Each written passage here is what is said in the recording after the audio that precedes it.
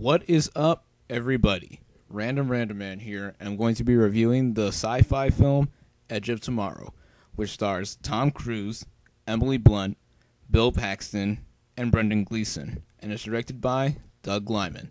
The plot, which is based off of the novel-turned-manga and graphic novel All You Need Is Kill, follows Major William Cage, played by Tom Cruise, a demoted officer who is stuck in a time loop in a war against an alien race known as the Mimics, while constantly dying in battle. But after Cage meets battle warrior Rita Vertasky, played by Emily Blunt, they find themselves working together on getting closer to defeating the enemy. The concept for this movie sounded very cool, as it had a cooler sounding original title from the novel it is based on, and was set up to be the best video game movie not based on a video game. Tom Cruise is the man, and he has obviously been in a ton of action movies before this, but I was curious to see if Emily Blunt could hold her own here. How was it? Let's run down the whole thing. Now over 50 years old, Tom Cruise leads this movie with as much star power as he can, as he is Tom Cruise, and he proves why we all love him in action. Bill Paxton is brilliant as the Master Sergeant who keeps on badgering Cruise early on, and Brendan Gleeson plays the snarky and stubborn general who demoted Cruise without much hassle.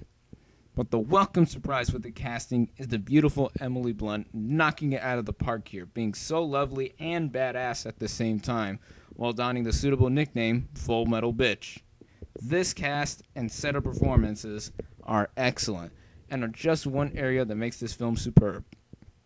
The action is so visually astonishing to watch, as the actors wear cool-looking exoskeleton armor to kill the creatively designed alien mimics over and over again. That's also the big setup for this movie, as Cruise is poised to live, die, and repeat, as the movie's tagline states. The easiest comparison this movie can get is towards the film Groundhog Day, as while that had Bill Murray being played up for laughs, here the concept of living over and over again and having the initial battle sequence being shown at the beginning, that is such a wonder to watch, would easily remind many of the opening scene from Saving Private Ryan instead, as both fight scenes take place in Normandy, France, and what perfect timing this movie has for being released on the same weekend as the 70th anniversary of D-Day, which I find very cool. Anyway, while it may seem odd for a man of Cruise's age to go into battle and constantly keep on getting killed, the film has a smart script and quickly gives a believable explanation as to why all this is even happening. This is also what keeps the movie's intentional repetition from becoming stale, as it is edited flawlessly, and in and out of transitions, it is just so cool to watch. And the film also has the right kind of hilarity when it becomes funny, as this is such a funny movie when it needs to be.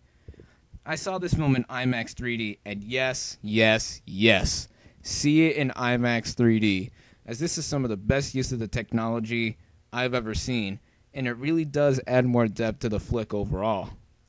I do not think that there's too much issue with this movie, but I do think the film does sidestep a little bit towards the end, but that's not really too much to complain about, as it's really minor to nitpick, and the film wraps up with such a satisfying conclusion with a perfect running time of a little under 2 hours. This flick is also so inventive with all the set pieces it has created, and it's just so entertaining to watch, and is surely to impress many, as it has with me. My final thoughts on this movie is that Tom Cruise and Emily Blunt deliver in this smartly written, well-acted, terrific and mind-blowing action, and is just overall entertaining as a sci-fi film. I really hope this movie does not underperform at the box office like it is set up to be, as this has blockbuster written all over it, and is not only the best video game movie not based on a video game, but it is simply one of the best movies of the year so far. Best seen in IMAX 3D. This was such an outstanding weekend for movies with this and The Fault in Our Stars, which I have a link for my review in the description.